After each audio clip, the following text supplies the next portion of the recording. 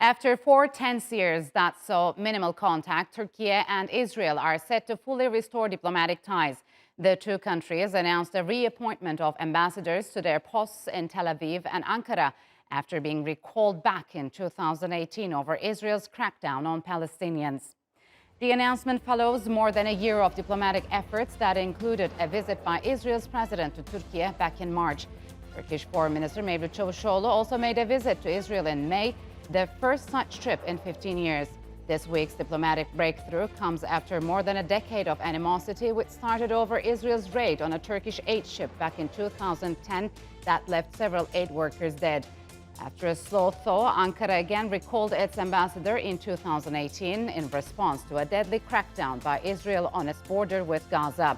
But now both countries are looking to put those tense years behind them as key opportunities such as energy cooperation and a wider regional realignment takes hold. And for more on what restored ties could hold for the region, joining me is Nimrod Goren in West Jerusalem. He is the president and founder of Mitvim, the Israeli Institute for Regional Foreign Policies.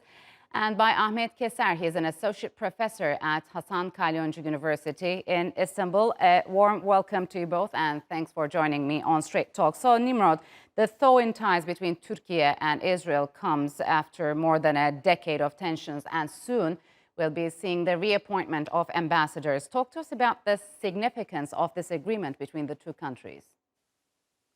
It's a major diplomatic success. Israel and Turkey have continuous relations since 1949 with many ups and downs, but during the last decades, we saw these ups and downs intensified.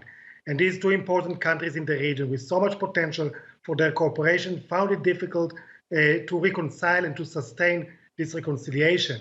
And over the last year or so, we see a gradual process in which both countries are rebuilding their trust, enhancing their dialogue channels, refreshing their cooperation, finding new fields of engagement. And I think the time is very much ripe for the move to the installation of ambassadors, and hopefully relations will be to a good start and to a positive new chapter. So, Ahmet, what has changed after 12 years of discontent between the two countries? I mean, why are they normalizing now? I think if we say diplomacy should be given the highest priority in all cases, we do not exaggerate. And this is understood by both of the officials of both countries, because both sides have experienced that conflictual relations are against the interest of the both sides in all cases. They are losing for all the benefits in the area.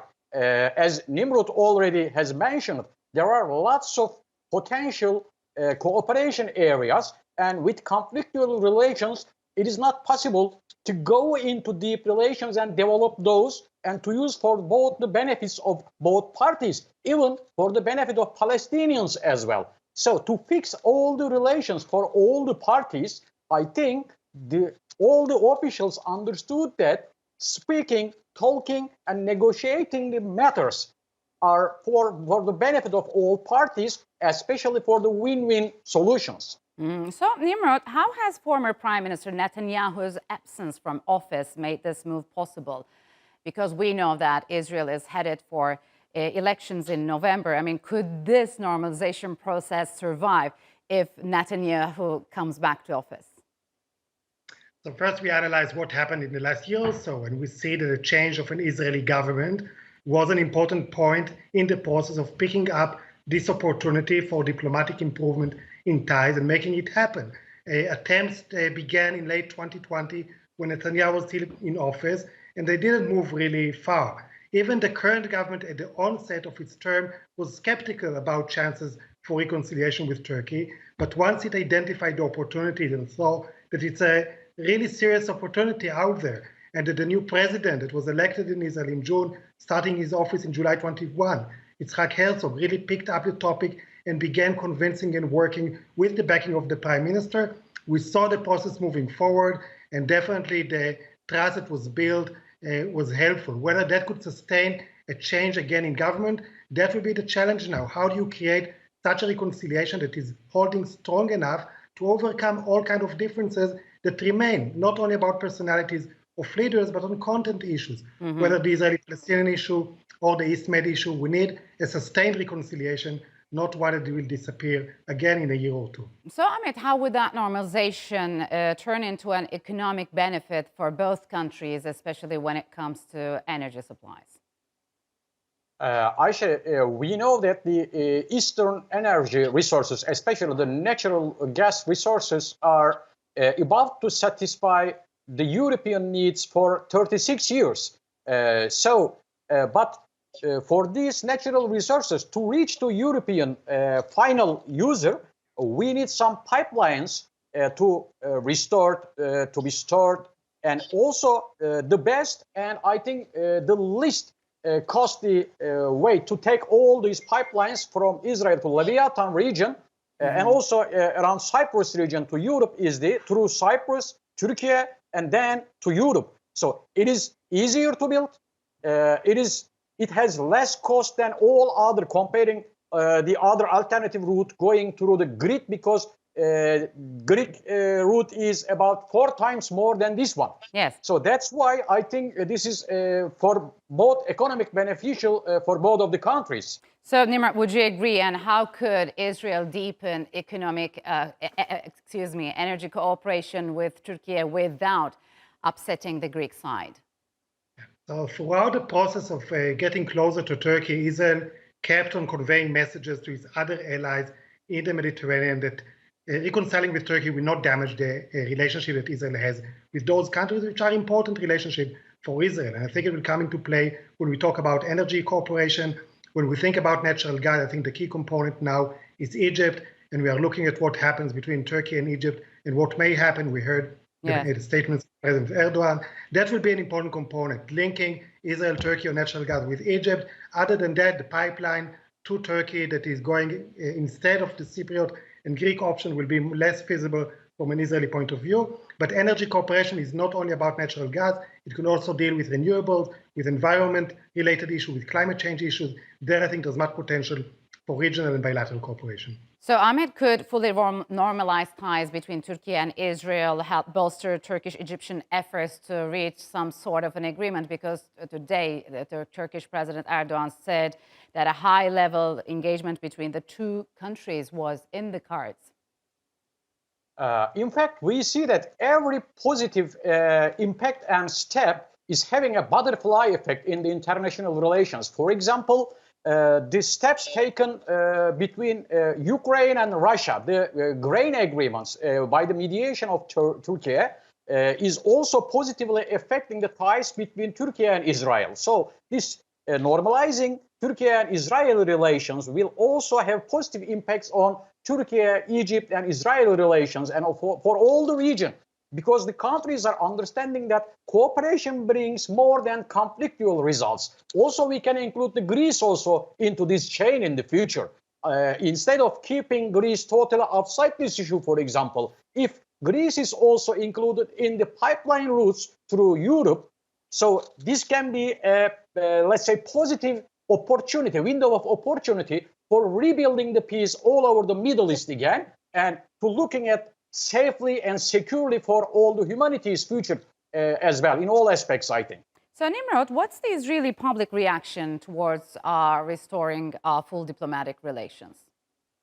I think it's a positive reaction. And the fact that this process was so gradual, so slow, so successful in the last year, with so many examples in which Israel and Turkey managed to cooperate, with high-level visits that were positive in the atmosphere, with a much more sensitive rhetoric towards each other. The Israeli public has a basic positive sentiment towards Turkey. It does have issues with Erdogan during the last decade or so, but there is openness to restore the ties. I think it's accepted positively.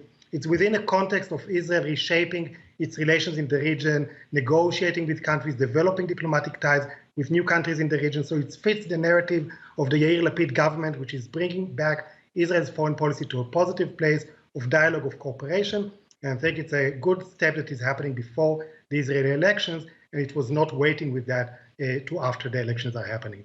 So we know that this was in the making for the last year. But Ahmed, despite the cutoff in diplomatic relations, let's say over a decade, we see that trade between the two countries continued unabated. So how was that possible? And What's at stake for both countries when it comes to trade?